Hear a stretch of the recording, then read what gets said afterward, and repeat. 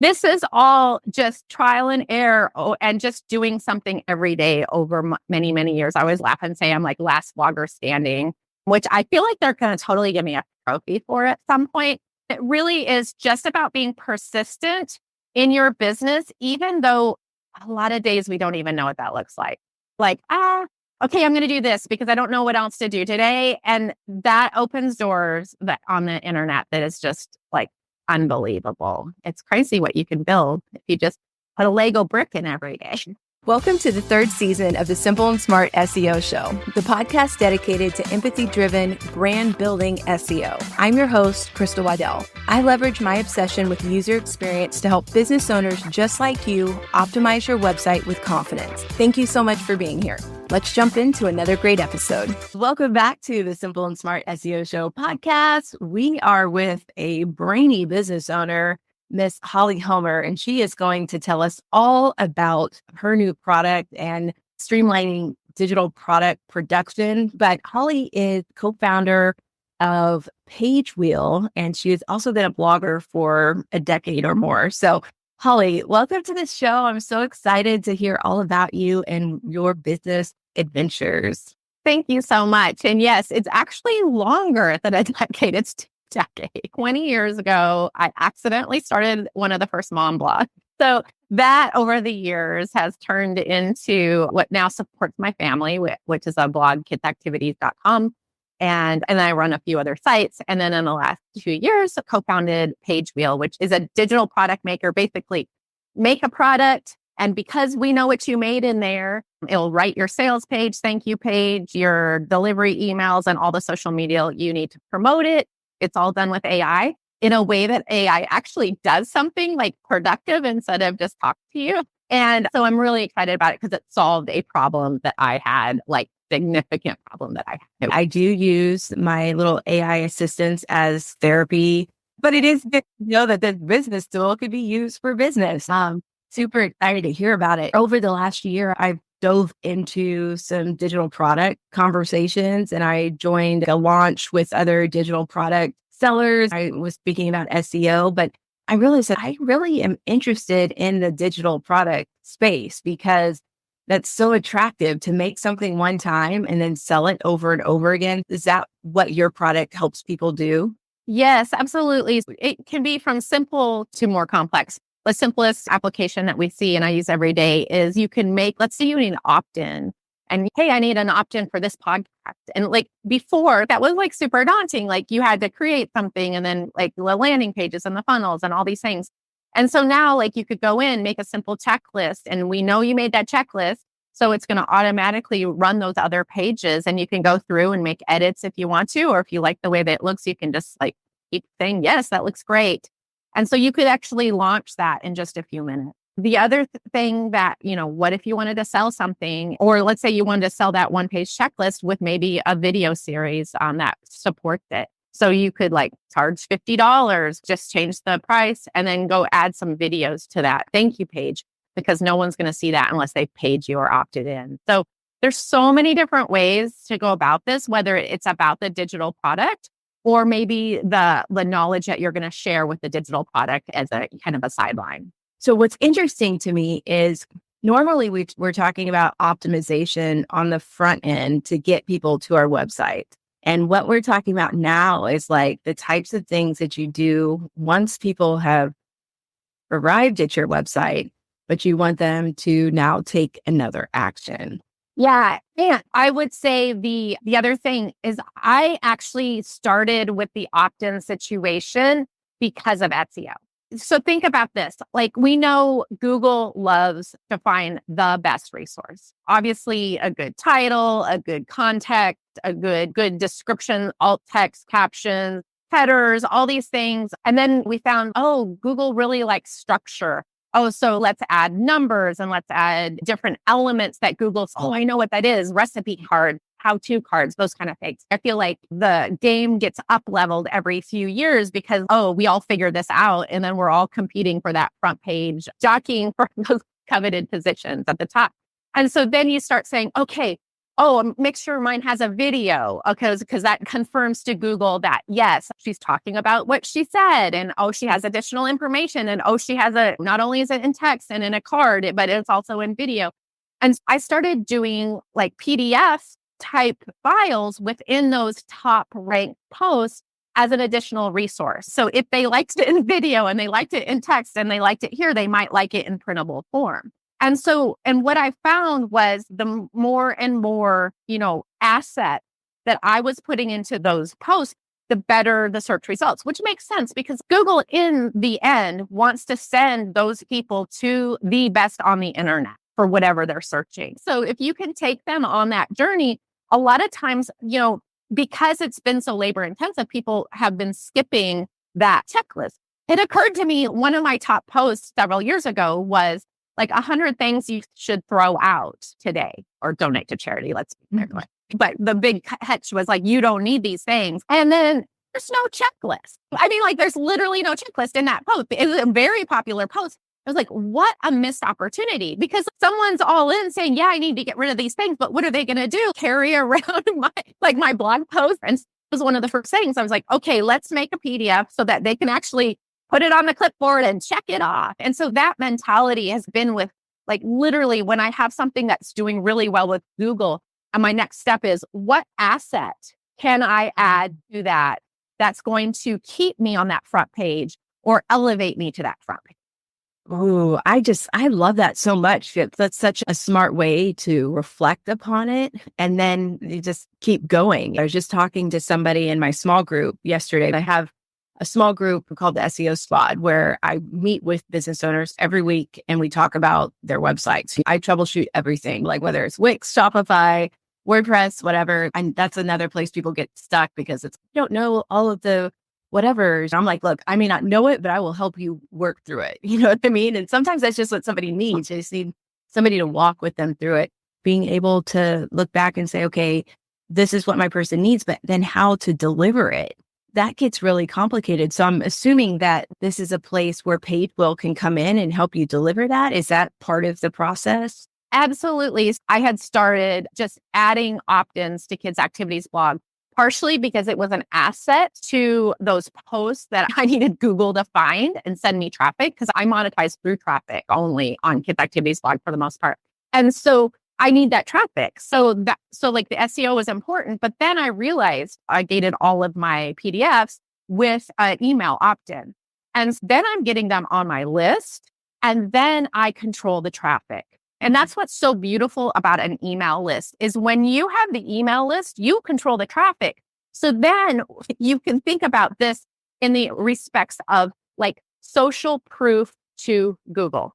So let's say you have just published a post that you know is going to be like an ultra competitive market, but you can send 3,000 visits from your email list today. Like you can see how that's going to affect your Google ranking really, really quickly. Because it's not like you just launched that and said, hey, Google, come find it. You're like, hey, Google, you need to find this because other people already like it. Like I have people coming from Pinterest. I have people coming from Facebook. I have people coming from my email list. But quite honestly, I can't always depend on the algorithms of the social media networks. Like I can put the best pin in the world up and it doesn't deliver traffic until 18 months later. Or on Facebook, they might just say, yeah, we're not sending traffic today. But your email list that you control, they're your people because they opted in to your list and they're on your list, they'll come. Wow, that just kind of like made my mind explode because you always think about, yeah, you need to be sending people to your blog posts and your weekly content or or whatever.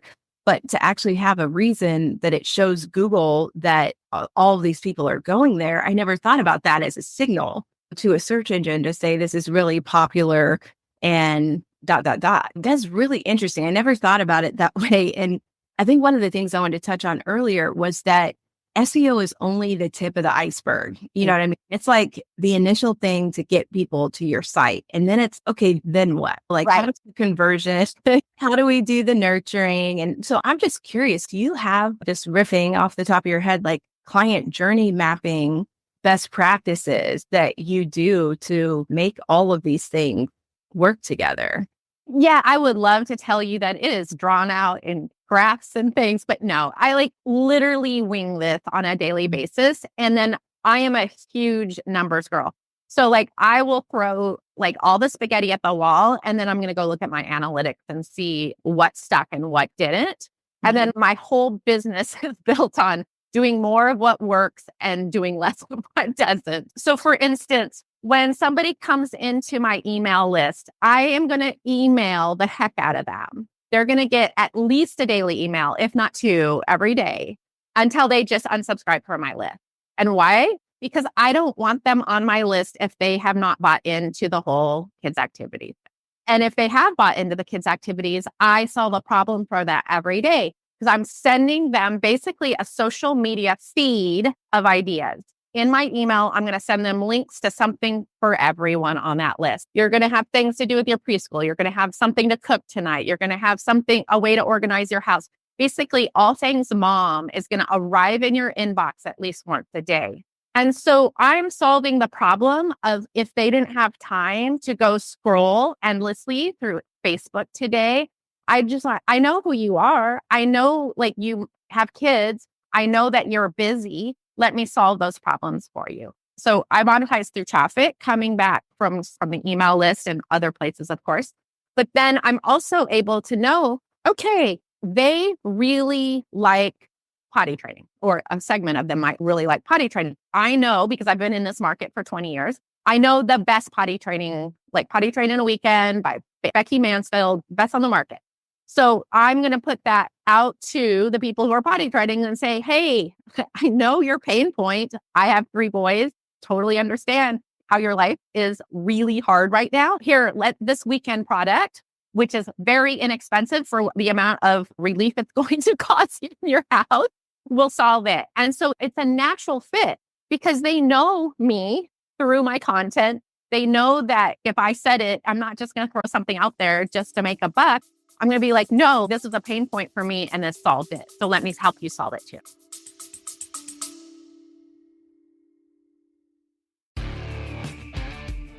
Hey, business enthusiasts, ready to boost your entrepreneurial journey?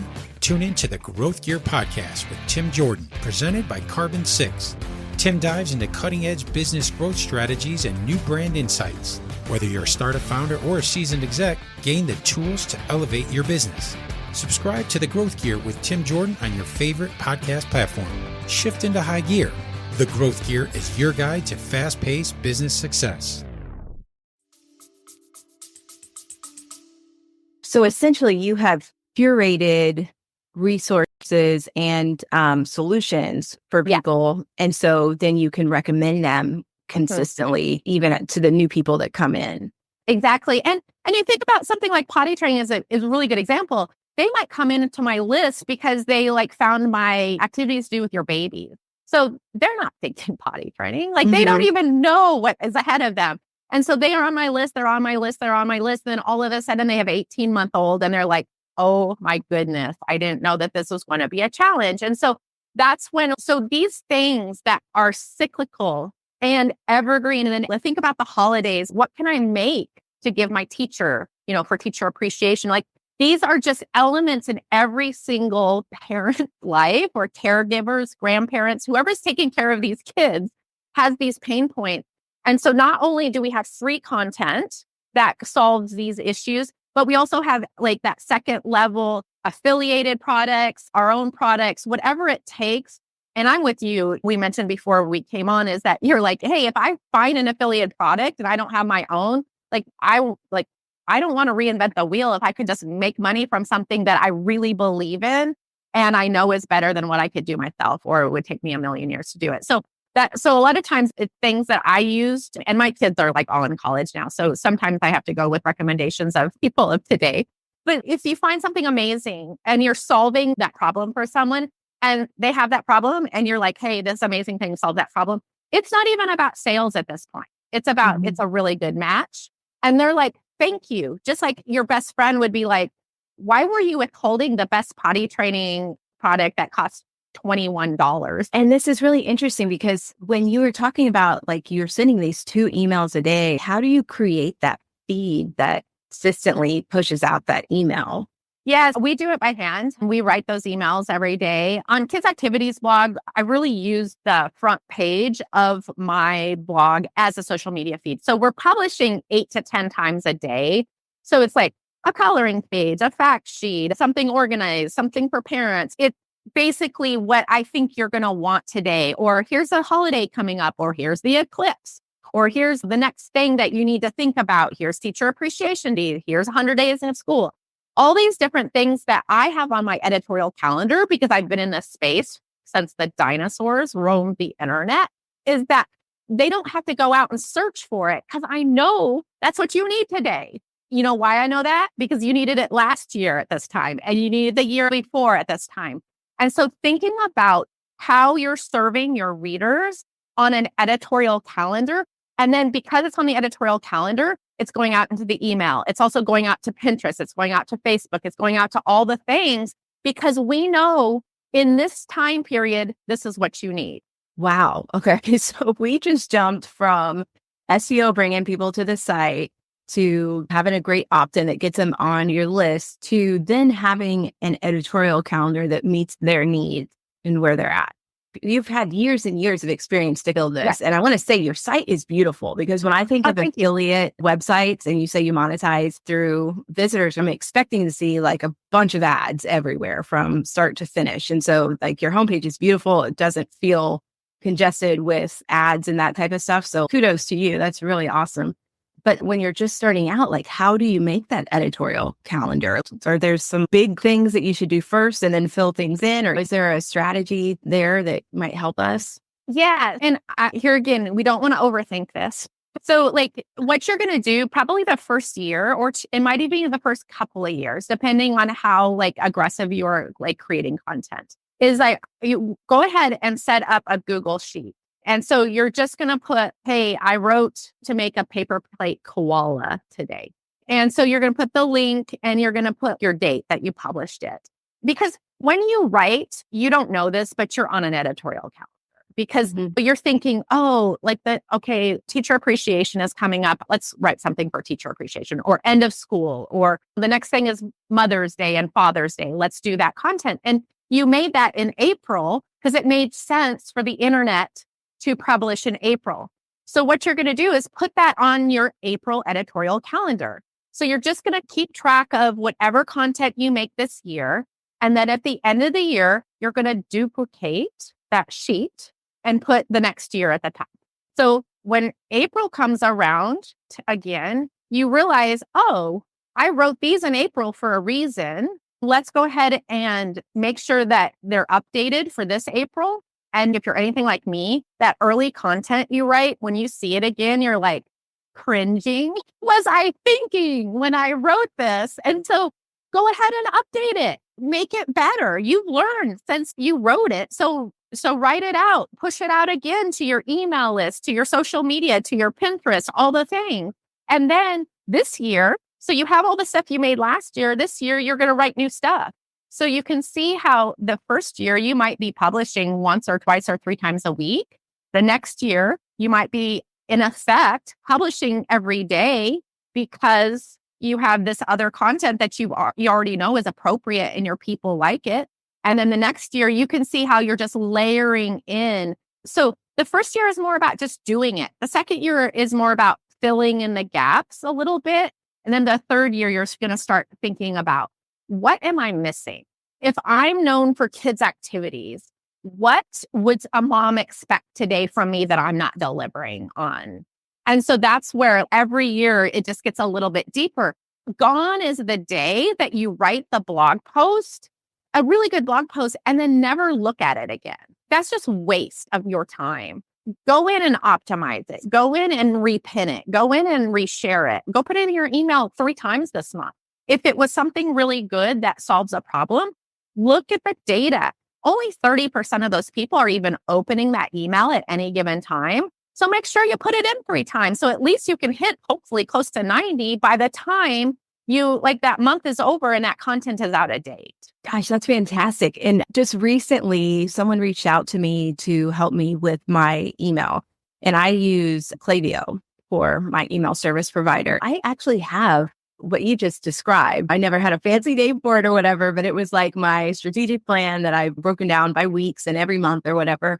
But somewhere along the way, I just ran out of time to implement it. This also answers the question of when to go back and optimize, and just having this calendar in place and this process in place to continually update that information. And just like you said, you might have a great blog post from 2 years ago, but guess what? Now you can make it even better by having that PDF or making a video or including like user generated content or whatever might have happened in that time period. These are just such wonderful examples of, okay, you get people to your website because you want to sell your thing or sell your service, but you can make it even better by then showing the next group of people how other people have used your product or service or how you've made it better. And then you can send it out to your email.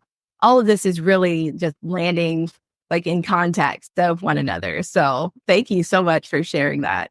Yeah, it is simplified because the truth is on kids' activities, at one point I counted, we had 350 Halloween posts. Okay, no blog in the world, these 350 Halloween, maybe if you're a Halloween only site. That's partially because we weren't cultivating the best, updating. We were just making new every year, make new. And without strategy, Kids Activities blog has 13,000 blog posts on it. So I'm dealing with a lot of content. Depending on, how much stuff you have, you're going to be dealing with different ideas and like levels of prioritization.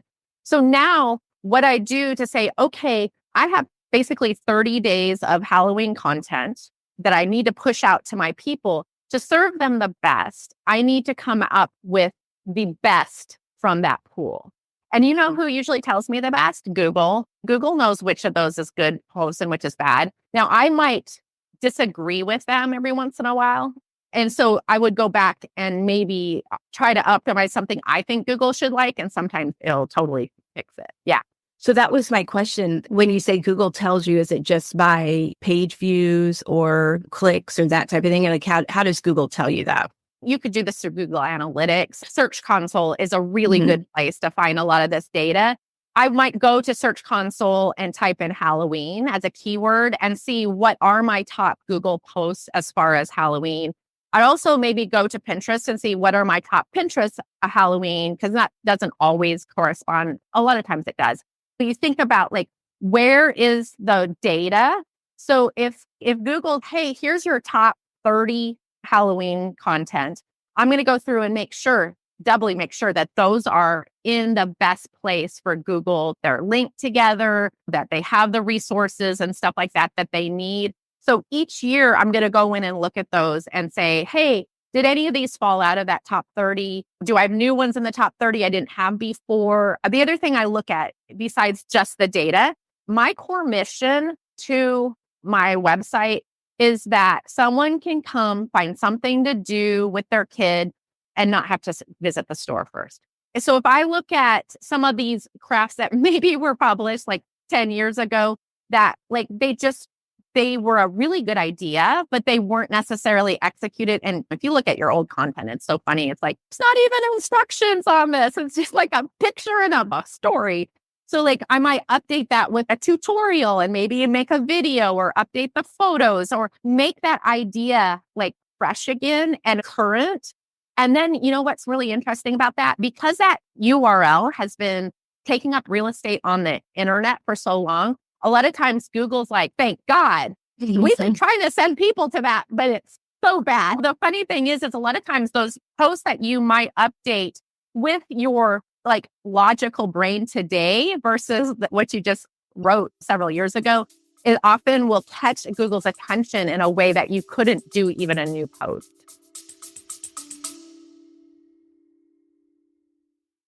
When you think about propaganda, you probably think about Kim Jong-un and his funny little haircut. And you'd be exactly right. The podcast, This Is Propaganda, doesn't want you to believe that.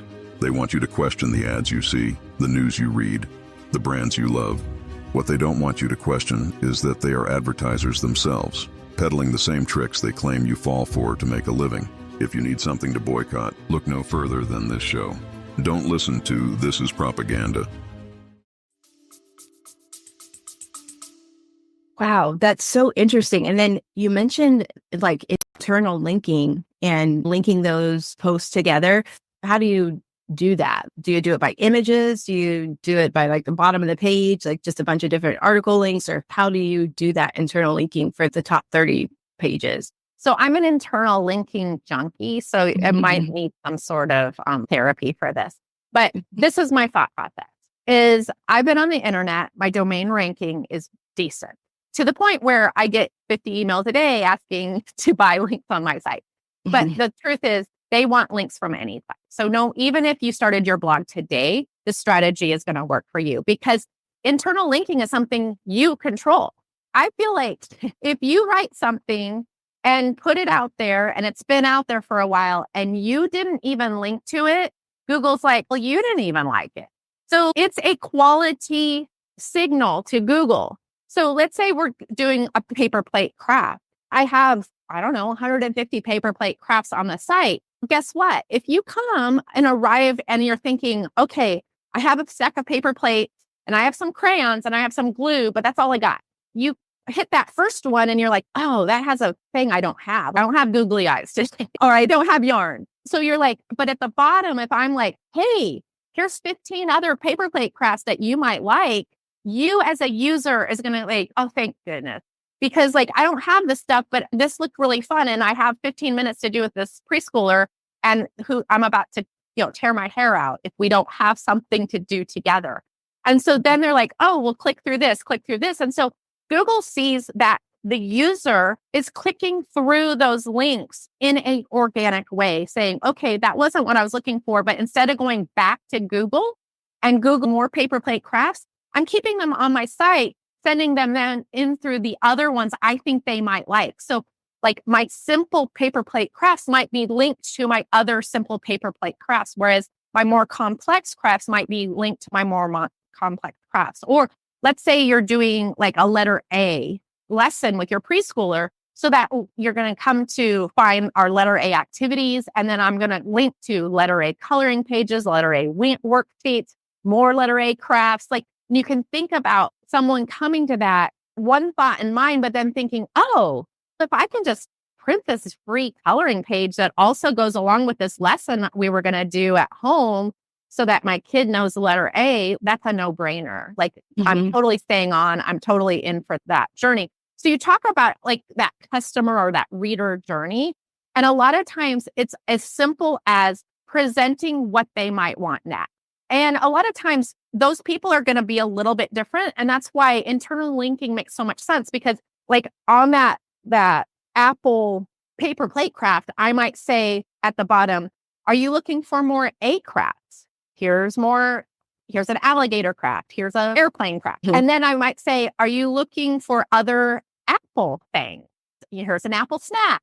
Here's an Apple coloring page. So like you can see as people arrive at that, they may have come for different reasons. And then you can take them on that next journey with those internal links below. And if you go to any post on Kids Activities blog, you'll see a lot of times I just have a long link list or I have multiple link lists based on what I think they might want to do next. Okay, we'll definitely link to that so that people can see the examples. Yeah. And it makes me just want to go back and have little kids because I'm like, fun stuff that I could have did with my son, but I was just trying to survive at that point. See, these are survival activities. Yeah, that's so great. So when you look at your website that is so thorough and all of those links and activities and everything together, does your product still serve a website like yours? Or is it more for the person who's, I don't have any of that, I just need to get started? Or how would you connect those two products together? Yeah, I love it for both. I use it every day, and we're talking about Page Wheel, but I might use it in a little bit different way than you coming in, maybe getting started with your email list. For instance, because like on Kids Activities blog, I have about 2,000 opt-ins. So yeah, I started with one opt-in box. Actually, I started with 0. So this is something that as you figure out what you want to do, it gets easier and easier over time. If you have under 50 opt-ins, you can use like your ConvertKit tools, Page Wheel tools. If you have over 50, I think you probably are going to try to figure out some way to manage it because it does get a little unwieldy. That's where I was. So now we invented Page Wheel. And it's so easy to create an opt-in, super easy. So what I do is I make an opt-in in Page Wheel so that I can add them to my site. I'm going to download that opt-in I made in Page Wheel. But the secret sauce here, I'm going to go ahead and allow it to create a sales page and a delivery page for me because it creates these mock-ups that I'm then going to screenshot and put them into the blog post or whatever.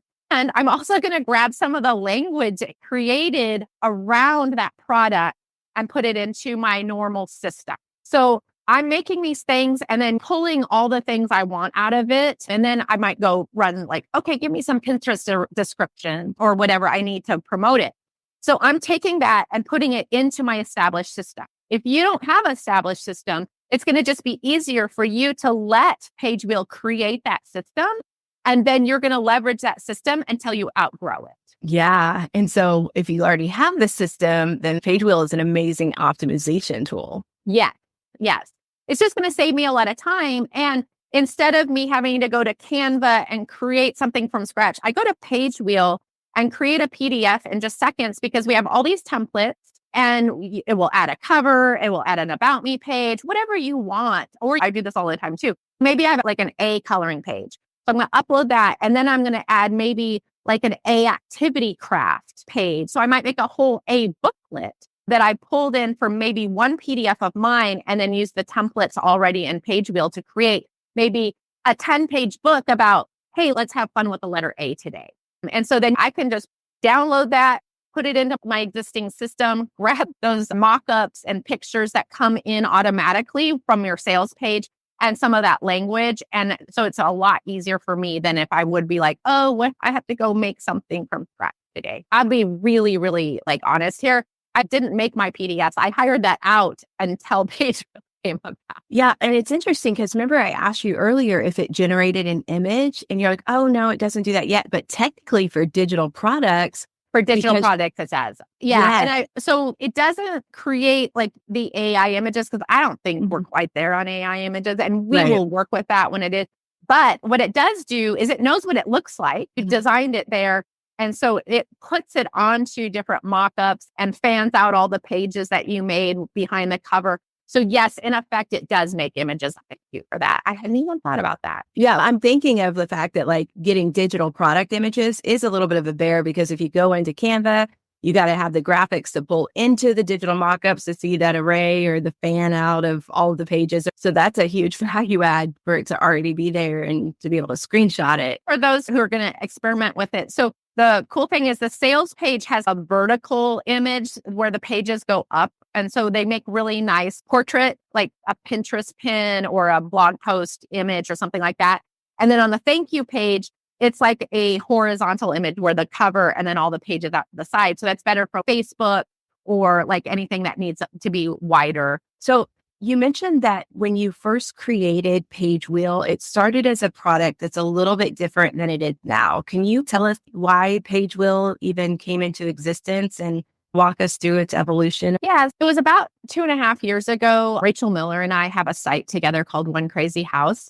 It's like fun hacks, house hacks, tips and tricks and stuff like that. So we were creating basically a series of products that were category based. So if you're on a cleaning product, we wanted to offer you a cleaning guide for $7. Or if you were on the camping articles, we wanted to offer you a camping guide for $7 or whatever. Like we're talking low ticket products, but thinking that, hey, we have all this content that's top of funnel for this. And so let's do this. So I'm notoriously bad at like all the tech, to be clear. So Rachel was like, no, I'll build because she's really good at the tech side of things and the funnel building. So she was building this funnel, which like takes 6 hours or so, hooking it up and then cloning it for all the different products. And then I was doing the customer service on the other end. And as you can imagine, if you've ever built one funnel, if one thing goes wrong, it literally is this wild goose chase to go back and find. And I was just like, Rachel, this is stupid hard. And by the way, the expensive equipment that we're using. So like we are $200 in a month on this. Then we had a series of opt-ins, which was the same thing. Like, why is this so hard? And Rachel and I have been off and on partners for the last 15 years. She was like, I think I can solve this for you. and we might as well solve it for everyone. You want to create a software that will do this? And I'm like, yes. Yeah, let's do that. But of course, I had no idea what I was getting, and neither did Steve. And so we bootstrapped this thing over the last couple of years. And in the middle of it, AI became a thing. So we integrated AI behind the scenes to help us create these templates. It took a little longer and a few more dollars than we were expecting. Yeah, it's always like that. But I think it's really cool. I started as an e-commerce seller. So what I'm used to dealing with is product pages. So as I started learning about how other online business owners set up their business, that's when I learned about opt-in pages and landing pages. And landing pages really threw me for a loop for a while because I was like, isn't it like a product page? Why would I want to create all this if I just want somebody to check out? Shouldn't I just send them to my page to buy the thing? Like, I really struggled with that. So I can appreciate what you guys are doing. Even one of the clients I work with, they moved from having these landing pages to just opening a Shopify store because look, just buy the thing. Yeah. And I think one of the things that's happened through this process, and quite honestly, this is a lesson I learn almost every day online for over the last 20 years. You'd think I'd learn it by now, is we tend to overcomplicate everything. Like keeping it simple is really the only way we can accomplish this because most of us do not have unlimited resources or a huge team. A lot of times we're tackling this with ourselves, maybe with one or two other team members. And so you can't be elaborate when you're like duct taping your life together. And so one of the other things that's happened, and I know that you alluded to this earlier, is that we launched this into beta about a year ago, and we had the most amazing customers come in. We were encouraging them to go in and break it and also tell us how they're using it and then what they need to make that better. And so what we launched a year ago, in theory, is the same product, but in practice is entirely different today. The nuts and bolts behind it are still our initial vision, but we get so excited to see all the use cases that our customers are using. Just crazy amount of people sharing information because all of a sudden we've taken that like tech obstacle off their plate. It's a tool that integrates other tools. And that's what makes it more simple, is because it's integrated into your tool. Yeah. So our tool provides everything from the product maker, basically to the delivery page and the first delivery email. And then you might take over at that point into your email list. And then the other thing that we do is, since we do know you've made this, we create social media calendars, blog posts, anything that basically AI can do. We have templates and all these kind of things where you just, you tell us what you made, or you could use it for other things too. You tell us the product or what you want to talk about. You want to go ahead and just give people where they can find Pagebill, where they can find you, and just whatever else you might want to share. Yeah, obviously pagebill.com. And then we have our blog at learn.pagebill.com that has a lot of education. But if you're on Facebook, join our Facebook group, because then you're going to I do live trainings twice a week in the Pagebill Facebook group where we talk through a lot of this stuff. And then through Pagebill, I also have a blogger group. So if you want to talk SEO, and that's, if you're a member of Pagebill, it's free, all that kind of stuff. So it's just a fun, like all things blogging for the Pagebill customers. So there's an extension on that. I used to do a lot of blogging coaching, and we're moving that into Pagebill. So it's all under one umbrella. And then if you have children, or you want to just follow along what Holly does on all the things, is just look at kidsactivitiesblog.com. And I think one of the things I just want to really emphasize is, like, none of this is because I know what I'm doing.